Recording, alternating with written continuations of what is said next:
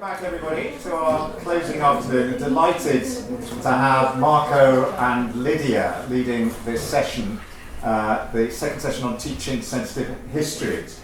Marko is at the University of Belgrade and has always been core to understanding curriculum, textbooks, how history is taught, and has influenced, I think, quite a large range of Serbian teachers. Lydia is someone who brings multi-dimensional perspectives to the teaching of history, thinking of it in terms of civic art education, the arts as well, and from the NGO sector with education for the 21st century. The other dimension is working within Serbia, thinking about the region, and thinking more broadly about teaching across the European space. So lots of these dimensions will be coming in this afternoon. Very much looking forward, first of all, to Marko, and winning the prize for the opening slide, I think. Thank you very much, John. Welcome everybody after lunch. I hope that I'll keep you awake. And this is the reason why I'm standing. Otherwise I'll be sitting and you'll be lying. So, one of my professors, who was professor of Byzantine history, he was participating at one international conference and he wrote some article. It was about something, but let's say it's about borders and migrations. And his starting address was like that. It would be, I'm just paraphrasing, it would be at the beginning, most honest thing to say that there won't be any talk about borders and migrations. At least not in a way that you expect.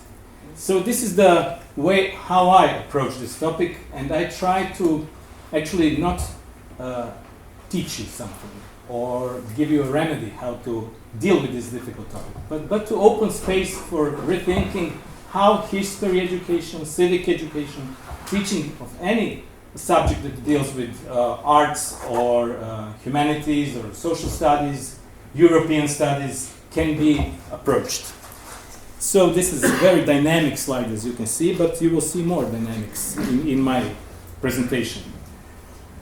Well, this is something, the context, we should think about the context, and this is something that I extracted from John's rationale for this workshop. Oh, I forgot to say that it's always the pleasure of my life to be here at Racio House with wonderful hosts, wonderful conditions, and wonderful audience, and of course, wonderful experts who are already my friends. Carol, more than 20 years, and so on. But how can history and the teaching of history, you can just look at it in a broader context, help us better understand the contemporary developments and their implications? So we should define contemporary developments and their historical dimension. So this is updated lists. John put something in the program agenda, but I added some elements which I found very disturbing recently, which are also affecting all our lives. So you can just go through this list, and you can see there from the time of pandemic, and there are all these global issues here presented, like new age imperialism, expansionism, reshaping of global political setting, which we're witnessing every day, radical nationalism, which is, very, very visible in not only in Eastern Europe but all around the world, except Hungary. So far, at least I must make this comment. And there are also these elements which are directly connected to the topic of borders and migrations. But there is also something which we tackled upon last year. It was just social networks, AI in history teaching and teaching of civic education. Well, at the beginning you have 5-minute brainstorming session each table, and I would ask that somebody who is not joining these 4 tables, 1, 2, 3, 4, of participants to join one of these 4 tables to exchange. This one is empty, so please, could you join? We can take a chair. There's a chair.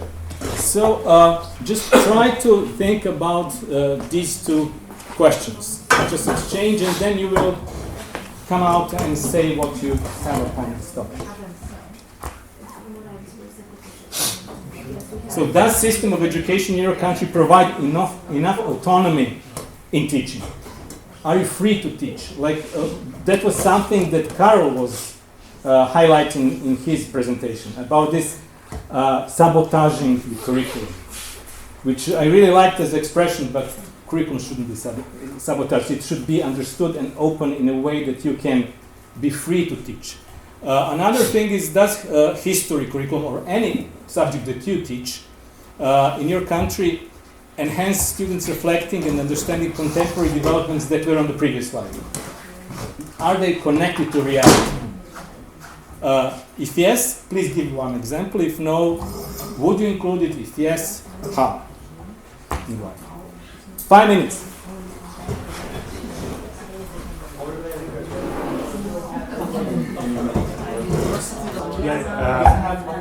Okay, thank you very much. 5 minutes is up. So please, let's start with the statement. Okay, sure. May I? Okay, so yes, thank you. So we are a group that actually teaches at higher education level. So from our perspective, to question number one, yes, there is a certain autonomy in at least at the level of higher education. By the law, departments are responsible for the program of studies. So one of us. But on the other hand, bureaucracy and relatively recent issues in financing have somehow limited the autonomy. We are more compelled to maintain certain external guidances, not related to quality but to financing, which is the worst. So in practice, the autonomy is not as much as it should be. Second question, if history curriculum in your country enhance students reflecting on understanding contemporary development, we all agree that no. One of the solutions maybe in higher education would be to really start to go from chronological to topical, to change the way in which our field is sliced more on a topical, thematical paradigm. Thank you, Karol, very much. This last point was something that I'm going to present in Serbia. No, exactly. This is the right approach, but we failed. So it's, yeah. So I can speak in front of our table. We discussed it, and I was surprised to find that they do have a lot more autonomy when it comes to teaching in Romania than in Serbia, because what I experienced in Serbia, professors are really, teachers are very much, they have strict, as here, they also do have what they do every class, and what is supposed to be the main theme, like for, I guess, third of a year is the great theme, they do have it too, but they do have more time, I would say, to approach different, or the same topic multiple times, which sometimes I don't think there is time in Serbia to manage to do it, even though you can see it in the curriculum that it is kind of available to do it. When it comes to, okay, hold on, what the second question is, yeah, and they, unlike in Serbia, as far as I know, and I'm familiar, they do have big themes, like they said, the history of, not Cold War, but the communism, the Holocaust, and what was the third? And the history of Jews. Yes, and that which through those classes they can actually very well talk about the contemporary period, time, and what is affecting what. And I'm not sure how. It is usually left to an individual teacher in Serbia to connect every possible subject they have with what's happening right now. For instance, like the 1990s war, they're very briefly explained, so you can't, like, you have few pages in a book, and it's very 5 years of war, like put in 3 pages, for instance. So you can't really explain, and kids will probably they will ask you, so they will make you connect past to the present, but it is still left to an individual teacher how they want, and they want to actually talk about it. Some would say, well, you know, that's not, because some people don't want to be controversial, some will be very controversial, which is also a freedom of every teacher, but it is sometimes bad, sometimes good, because you never know after they go and close that door what type of narrative they want to teach. So it is, I guess, a bit separate, but it's still, I think, mostly probably in both countries, because they just showed me some great sources they are using to show the kids the sources and present them with different sources from different periods, but they're paying it themselves. So, you know, if the teacher wants to do it, they can, but I'm not sure the schools are supporting it that much. Thank you very much. Now we'll see if the others get along with your observations. But Sanya mentioned something that we mentioned a few years ago in this seminar about the profile of teacher who is ready to deal with controversial, contested topics. And there are three types of teachers, like avoiders, containers, and risk takers. So I'm not advocating for any of this, but this is how it goes. So this table, please. So I'm not teaching in high school, but both they are. I've taught in university and was given absolute autonomy. I was just only given the title of the course and then taught it with no other information, which is kind of absurd. But regardless, they said that at high school there is autonomy, but it's not like an official one. So basically, you have the course, you have what you're supposed to teach, but the teacher, if they take their own initiative, can certainly add to that. I additionally asked, like, if you have a topic, how, you know, that is controversial or whatever, how do you go about it? And the idea was essentially there may be the official sort of government idea on it, but they can also bring up, you know, here's 3, 4, 5 other different perspectives that other people are doing, and then get a discussion, but absolutely not to be pushing, you know, their own view. So it's just, you know, here's this, let's have a discussion and move from there. As far as bringing in contemporary developments, teaching history, whatever the course is, and making it apply to problems that people are dealing with today or looking into the future, once again, not directly supported by the curriculum, by the materials. That's once again an initiative of each individual teacher to decide if they're going to do that from their own perspective, their own knowledge. They can. Yeah, they can. Okay, They can. great. But it's just sort of because probably there's not somebody looking at them every second, but it'll probably still be fine. And they may get some support from other teachers, you know, who are willing to have discussions on how to facilitate that, but not a national policy for it. Okay. Great, thank you very much. And now, I can start as far as the first question goes. So if we have enough autonomy, two of us are English teachers, the rest I think civic education and history teachers. I think we all agree more or less we do have autonomy.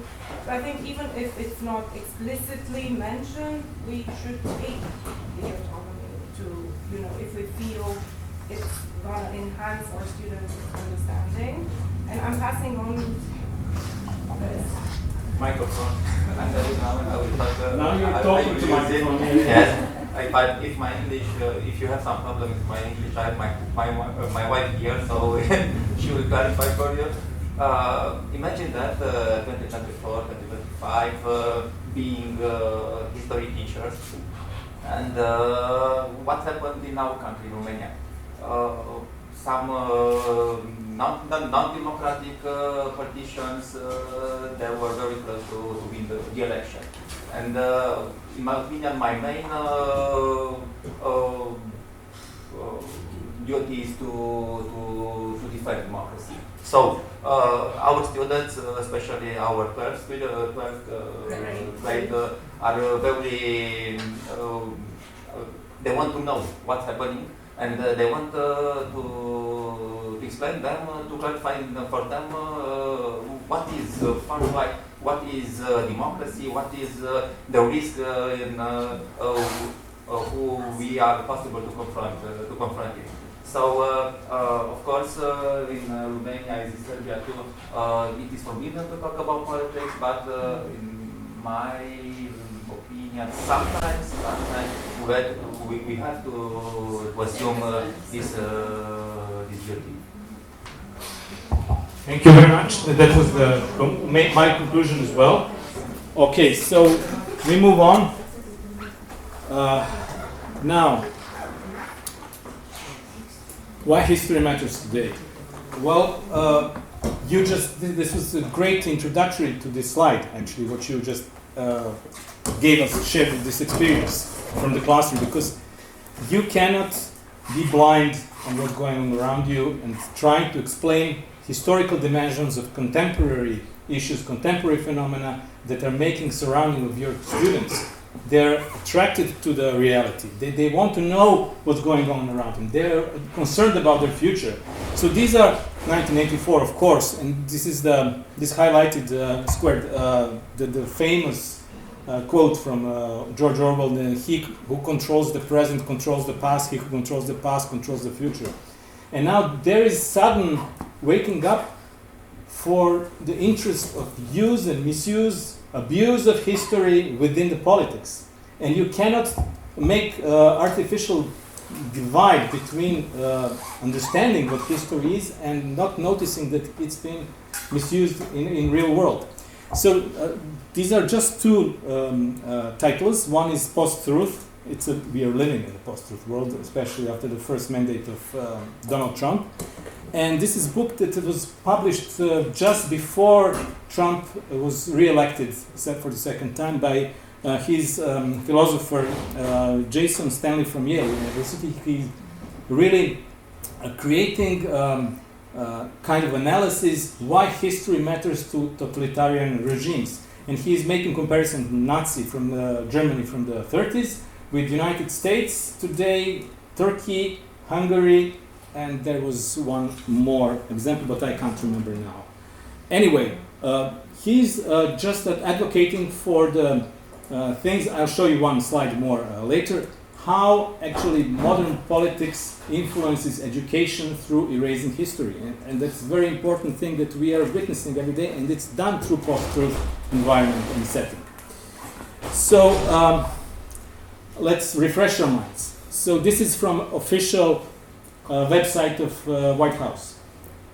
And Eric was talking first day of Vox Populi Vox Day. Actually, it's Vox Imperatoris Vox Day. We can just transfer it because Trump is really keen on reshaping and rewriting American history. So these are trends that's coming from above. This is not grassroots movement. It's something that it's imposed to societies and political sphere. And of course, there are some voices of reason which are questioning these things. And this is something that we should bear in mind when we are talking about education as well. What kind of history are we dealing with? Who is channeling this history? Who is filtering this history? Who is making selection of information or interpretations? Which narrative is imposed as a master and the only one? If you are in a situation that you have to deal only with one narrative, then you're in trouble as society. So another thing that was also tackled upon here in Treciu workshops in previous years, I know that Karol was talking about this first time when I was here, or second time. He prepared a lecture on what's wrong with Russian historical interpretation of Ukrainian conflict. And this is also taken from the official site of Kremlin. So, but LSE is also dealing with these things, and they made a kind of article about look into the revision of history done by Moscow. So this is just some kind of reminder to you that we are about the world we are living in. This is something new. This is Serbian case. This is why I'm very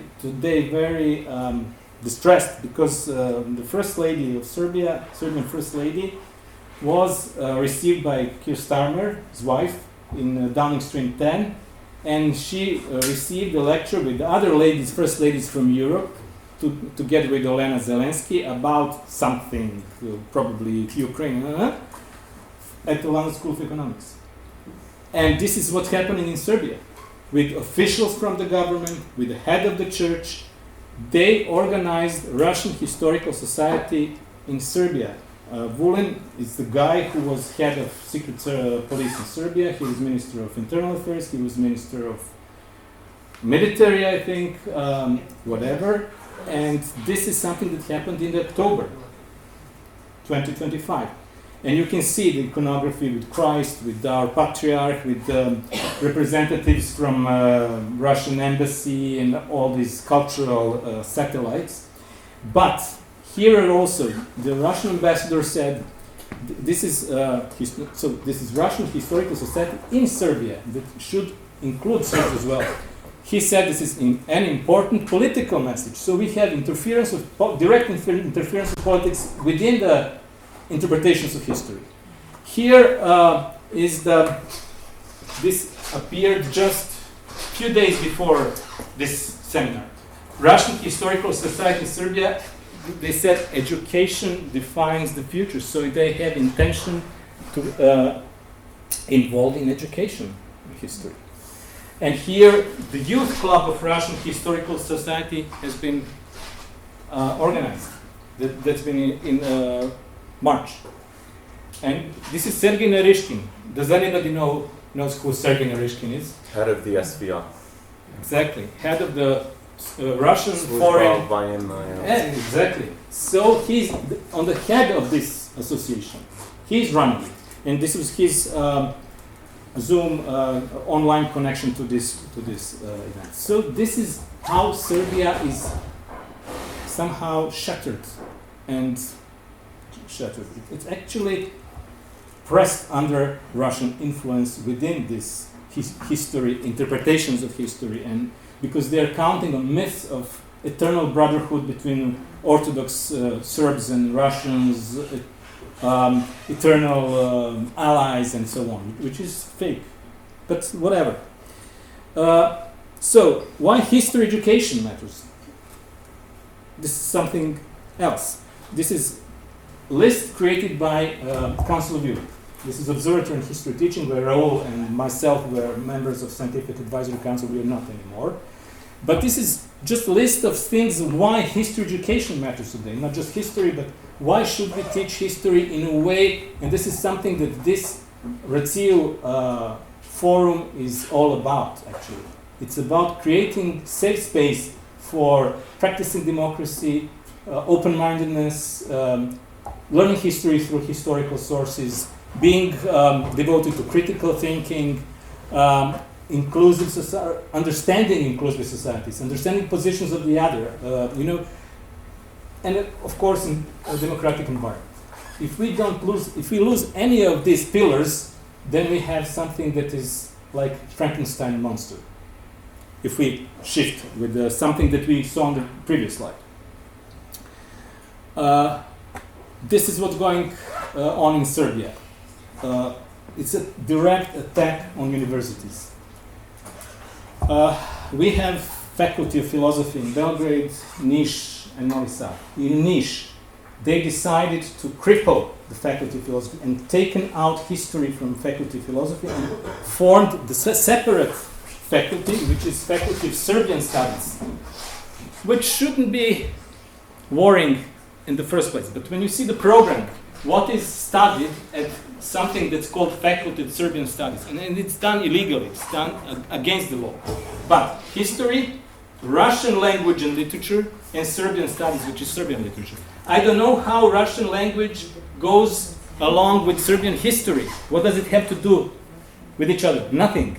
So this is the actual program you saw on the previous slides about Russian influence into the Serbian system over the government, which is now treated as something which is, I don't know.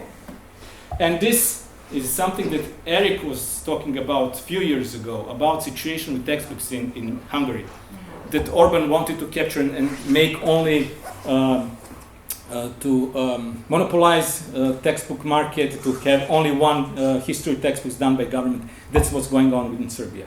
They brought the law, and there will be only one history textbooks done by official state publishing house. Now we have liberal textbook market with several publishing houses, and where you can, all textbooks are approved by the state, by the ministry, but you can have different didactical approaches according to the specific needs of the students in different parts of Serbia. Now it's gone. So this is Jason Stanley, and something I don't want to stick too much on this side, but this is very important how he analyzes he speaks about fascism, but it's in a modern context. It's not fascism from the 30s, 20s, and 30s. It's something that relates to the 21st century. But this is very important. When authoritarians attempt to raise history, they do so through education by purging certain narratives from the curricula taught in school. So this is why we are dealing with this subject of history curricula in the education. And they want to exclude multiple perspectives, multiple narratives. They want to stick only to one, and this is what's going on in Serbia now. And I'm afraid that at certain point this will be a successful project of our current government. Anyway, back to the topic. Teaching difficult histories. That's everybody was talking about today about borders, and yesterday more borders than migrations. But it's understandable. It's visually easier to catch, just the maps and to historical borders and to discuss about it. But migrations are moving peoples. And Raul was today talking about these peoples who are living on the line. So this is something graphic that I made. Just if you look at it, you can see what you can see. Demographic, you can see men, women, children, old people, families, whatever. So this is something that you can really easy do with your pupils. Just put like this and people start to move. And these lines, which are borders, they can appear and disappear. So this is something that's historical process done in one slide with few moments of your attention how to do it. I mean, it was done. I'm analphabet when it's technical things, but I did it. So you can do it as well. So this is something that migrations is about. It's all about people. We can, in abstract way, define, like Karol was talking about, nationalism and national identity, which is abstracted. But life is not abstract. Life is very concrete. So when we move these people, we are talking about migrations of borders. Do you have, this is some linguistical thing. Do you have any other, can you offer any other name for migrations of borders, or at least what is the substance of it? Synonyms or whatever. Boundaries. Okay. Brain drain. Settlement or resettlement. Okay. So movement. Okay. Flight, as in fleeing. Okay. Okay. What? I know, it's just said lines, imaginary or real lines. We'll come to that later. So this is just a couple of long stories. This is something that came up to my mind just on a first glance. So this is what we are also, borders. They have different meanings, of course, each of these terms. But Raul was talking about borderlands today. And it's something that struck me. I had to put one slide more after his presentation. You will see which one. But these are also some kind of framework where you can think about the meaning of borders, not just physical borders in terms of border between the states, but between regions and municipalities, or in the space. And when we were negotiating about this panel, Karol mentioned that borders are, and this kind of space is needed. And it's understandable, it's in human nature. And that it took me to this kind of understanding it. But looking from different perspectives in the past, how migrations and borders were and are perceived.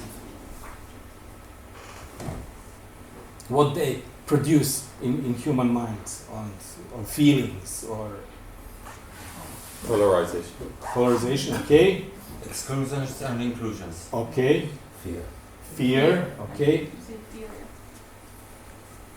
Any other thoughts? Change, okay.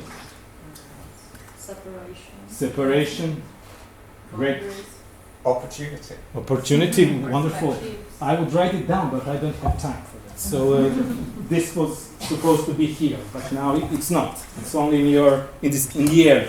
So this is something where what came up to my mind, how they have been perceived, like intrusive, migrations, trespassing, disturbing, disrupting, violating, but they are also life-saving. They are sometimes necessary. They're fear-mongering, as Nikolai said. That it's a common phenomenon. It's something that goes on all the time. Borders, they're mostly perceived as obstacles, but also protection. What we discussed: division, safe space, autonomy, sovereignty, secession, guardian of identity. But they're also today it was mentioned several times, Raoul and Carl also, these mental and imaginary borders, which are not physical, which are not palpable. They are somewhere here, and we feel them as a part of our identity or others' identity. Historical borders, which are not here anymore. And now we are back again into the light from this darkness of the past. So they're all revolving around, this is what I was thinking before, but there are also so many attributions that could be added. Identities, self-perception, stereotyping, lands, territories, political, economic power play. So all these things are closely connected to my second slide when you see these moments of reality embracing our educational systems and history teaching or civic education or anything else. So this was meant to be just like some graph of how borders are relative.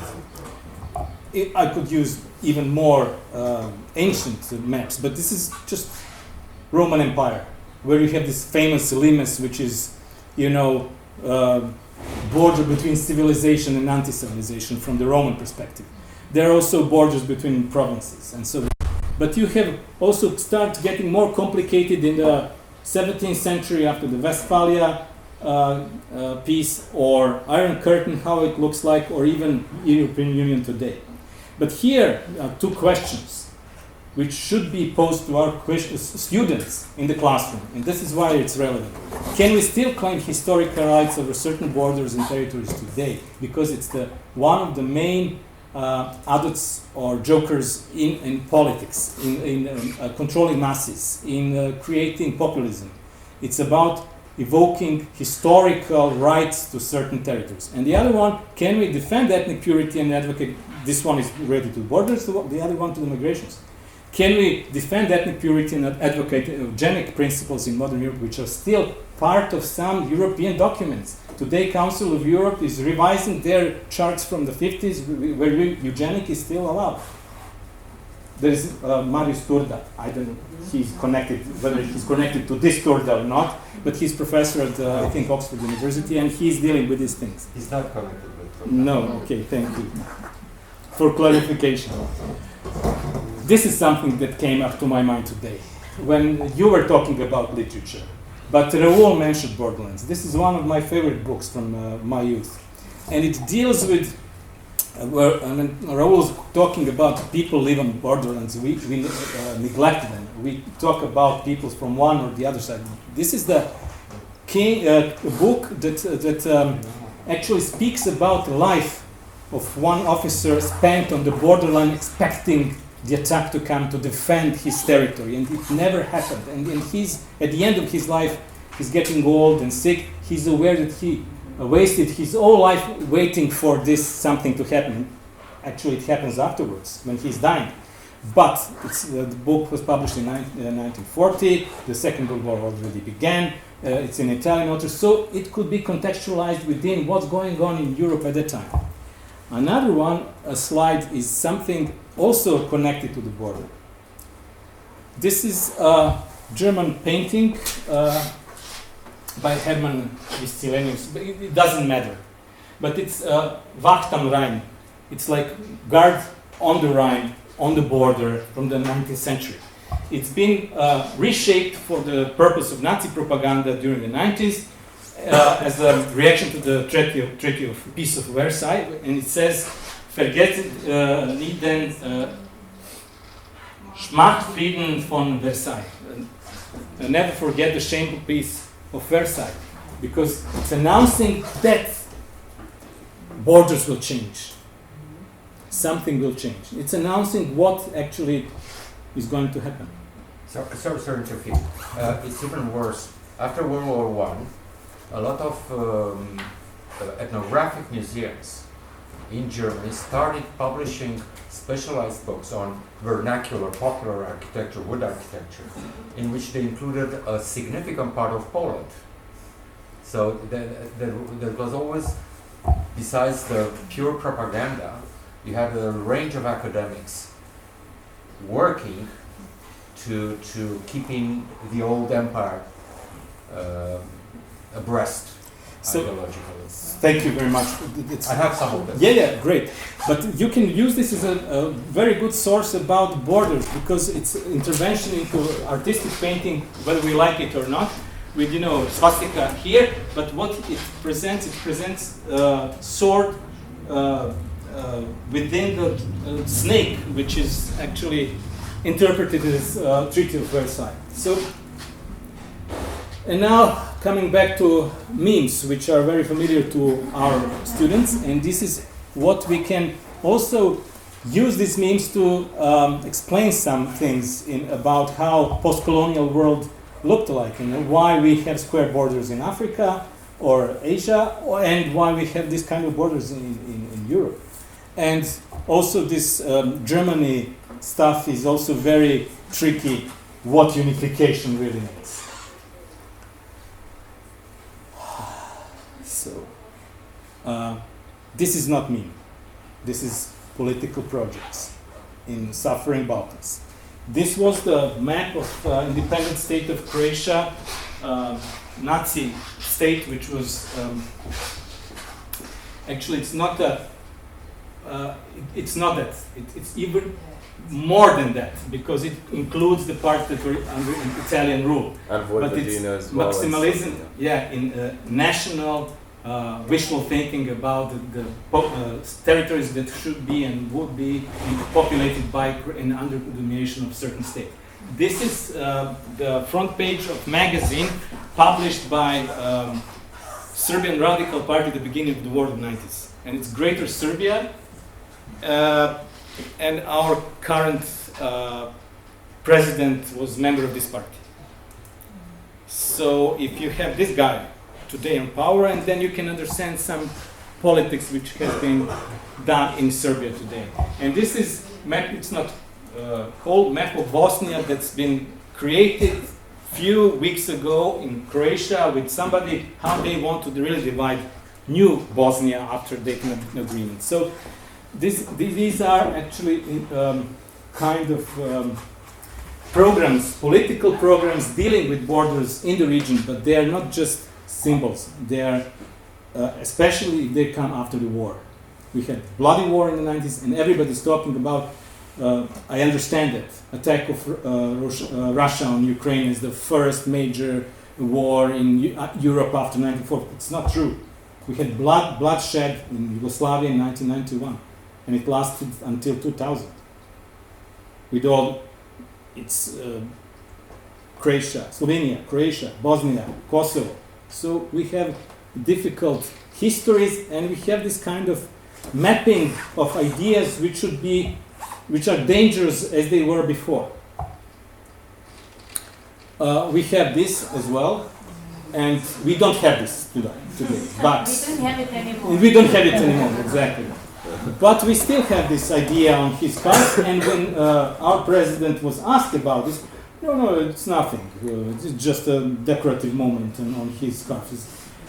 It's relative. So if we are dealing with this kind of relativization of certain ideas, we are on a slippery ground for democracy, very slippery ground on safety of our lives.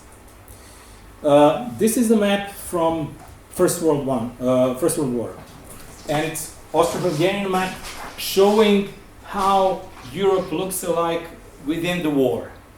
But we still have this. What you can visualize here. Does anybody here catches anything which is different a bit? Serbia is a pig, right? Come on, you're from Serbia. You shouldn't be answering that. There are only two nations which are represented as dirty animals. One is Serbia, which is pig, and the other one is Montenegro, which is Vaška. I don't know. It's something that goes It's lice. It's a lice. lice. Yeah. And we have this bulldog as an island, but it's still Great Britain. But anyway, through this map, you can also see the attitude and propaganda toward certain nations, but also these lines are just thought-provoking at this point. But this is historical source. It could be used in history teaching. And there are many maps from different countries depicting First World War, even from Japan, from Spain, from France, and so on. Germany. Now, when we are talking about borders, territories, and people, we are coming back to the 21st century, and here we have this current geopolitical turmoil with the Russian annexation of these parts of Ukraine. And I don't want to stick to this, but this is just a reminder where we are today. And another one, which is pretty much recent, it's about, you can also see some resemblance to Iwo Jima flag station in the Second World War, about taking the territory, ending the war, and so on. But this is something that it's been published by Donald Trump. It's not just AI generated by somebody. It's propaganda purpose about, where are these borders? How can we easily change them? What about population? We don't care about population. We only care about influence, our influence, power play, and so on. This is something that connects these territories and borders with the real issue, and this is pro-nation, stop immigration. This is graffiti anti-refugee in Ljubljana on the peak of migrations 10 years ago, after the Arab Spring.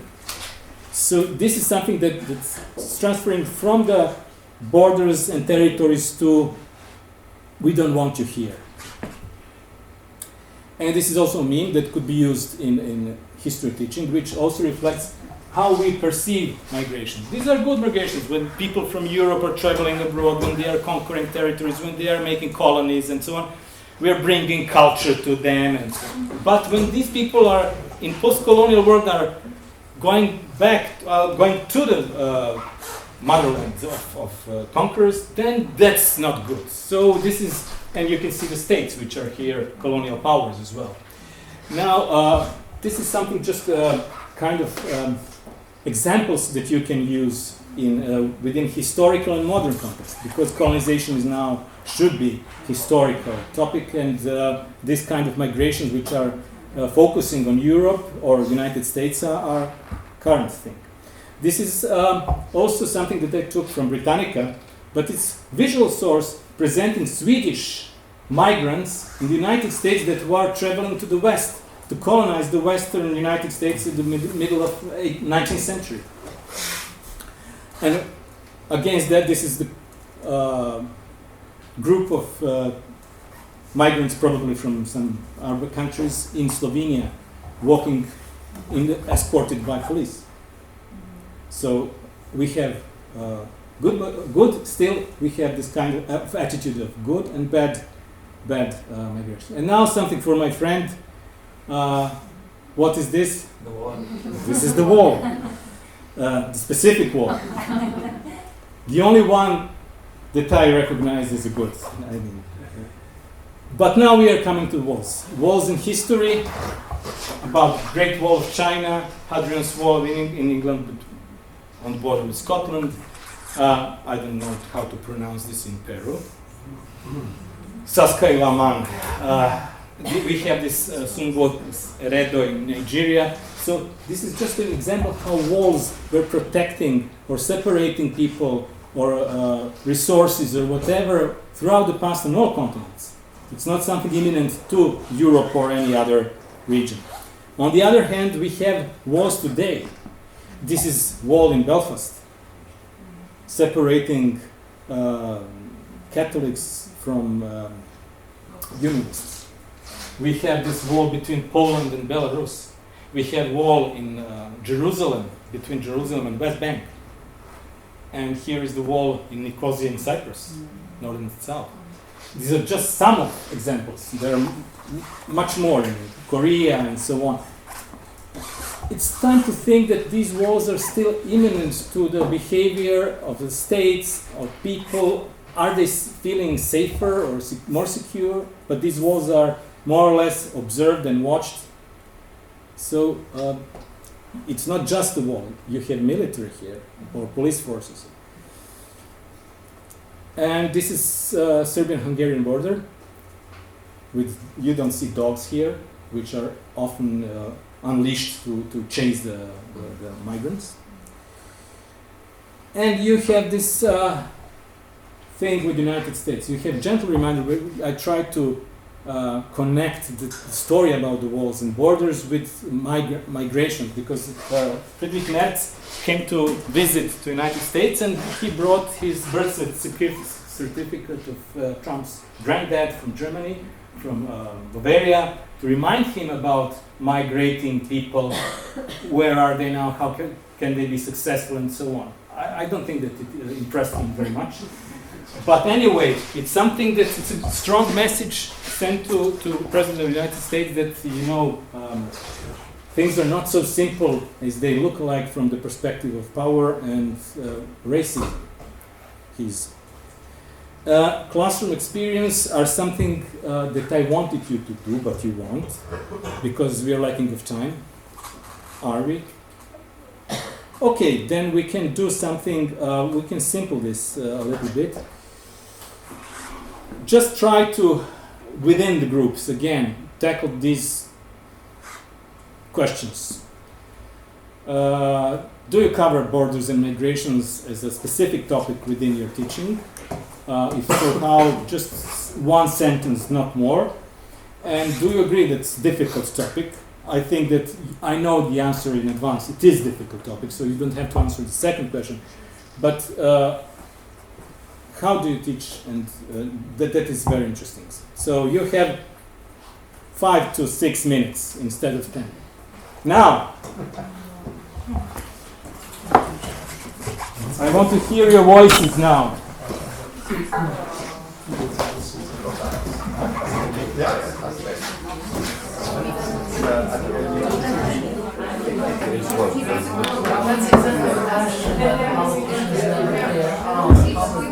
Okay, we're running out of time. Sorry, to interrupt you. So, can we start in opposite direction from this table now? If you agree, just share a few thoughts about this experiences.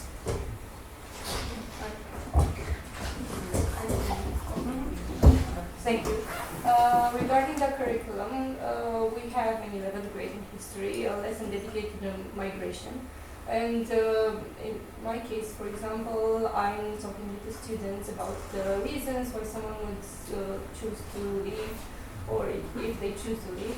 Political reasons, natural disasters, economical reasons, I know if their rights are not respected in their country. Then, I know, problems that an immigrant would face in a foreign country. And I also like to do an exercise with them. I show them posters from campaigns of far-right parties from Europe regarding the... Contemporary. Yeah, contemporary. Not from Romania. Yeah. We cannot talk to politics in Romania.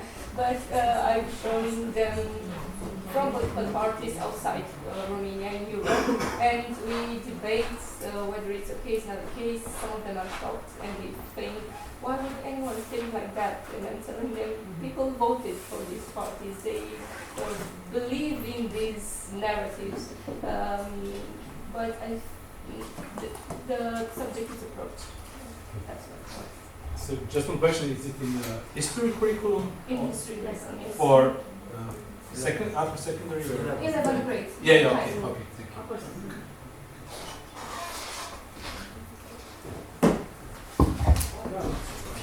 We went with a little different question. We talked about our own classroom experiences with migrant populations, because we both had experience both with the Middle Eastern migrants and with the Ukrainian Russian migrants. So we spoke about how the language barriers and how that sometimes makes it certain lesson difficult to teach because you have someone with a personal experience, and then how the best way to approach someone who is in a vulnerable position.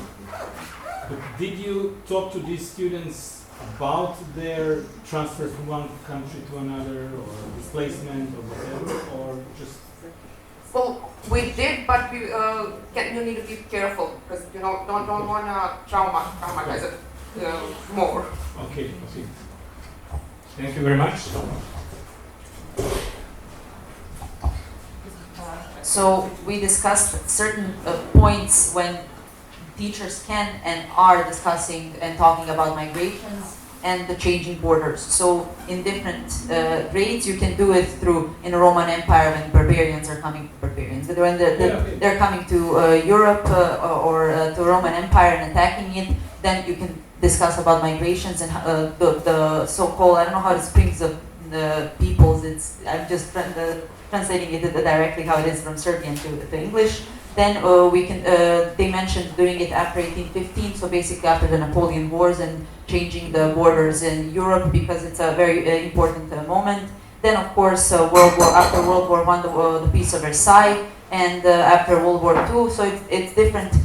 For them, they mentioned that 1940 is very important because of the rewriting of the borders of Romania, and in Serbia it's 1941 in that terms because the Yugoslavia becomes or disappears when it comes to changing borders. And what else did we mention?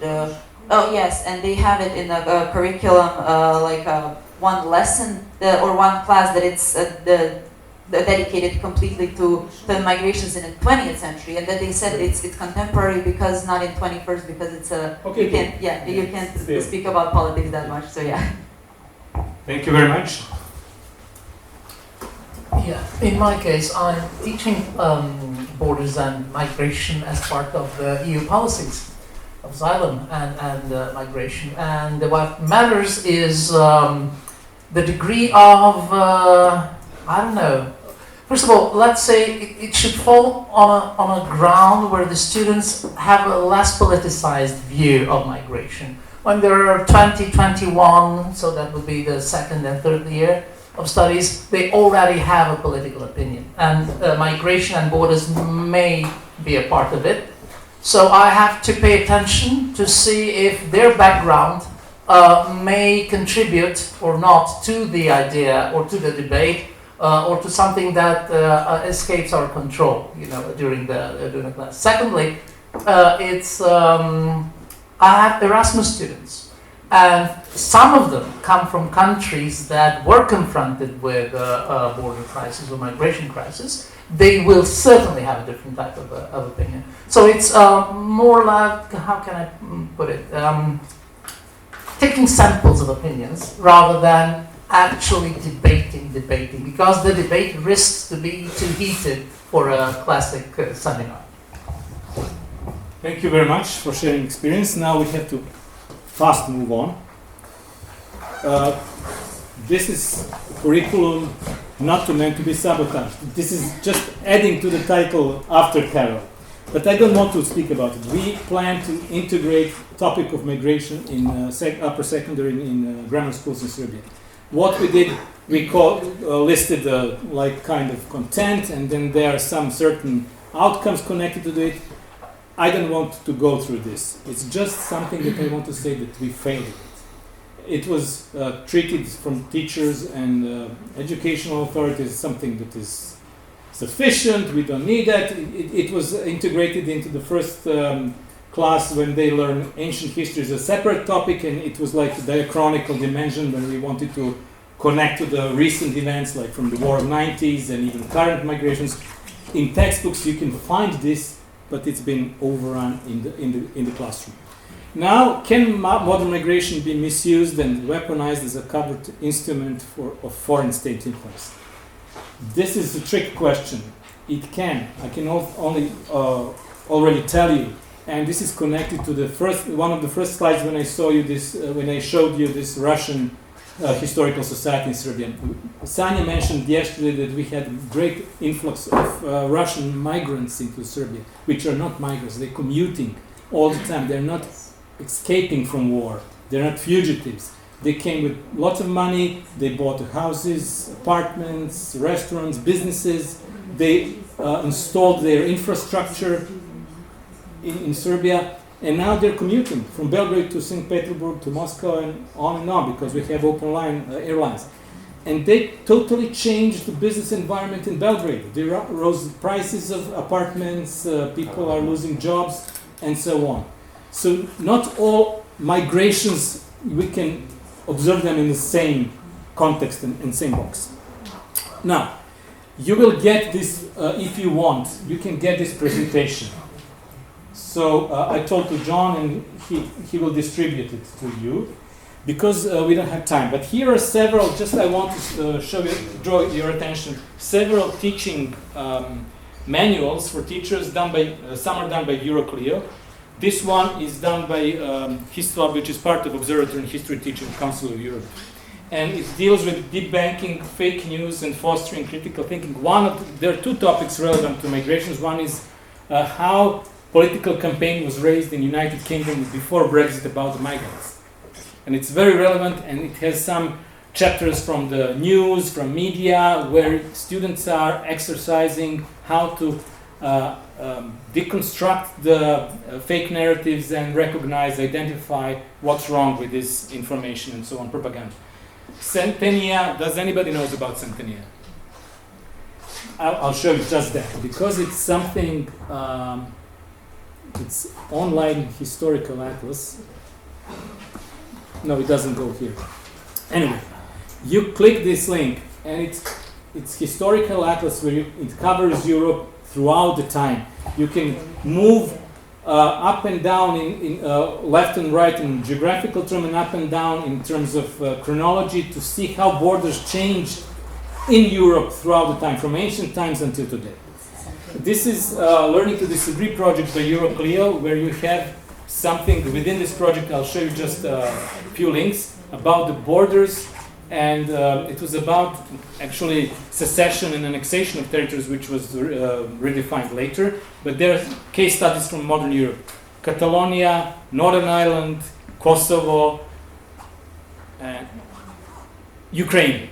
But it was Ukraine before the war. Actually, it was Ukraine after the annexation of Crimea in 2014, because this project was run 2016-17. And of course, here is just something that the manual of UNESCO about people on the move, where you have like glossary of terms, what is considered by different types of migrations. And it's really very useful for teaching in civic education or history education when you can use these terms properly. This is just on Historiana site of Euroclio. These are case studies which I mentioned about Crimea, Northern Ireland, and Kosovo. There is also, as I said, Catalonia, but there are also some case studies on migrants in Greece, in Italy, and so on within the 20th century.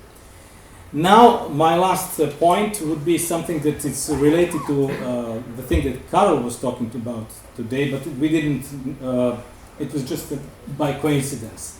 But it's something that Lydia will introduce you to in the workshop. It's about transfer to the memory politics. Now, here are some,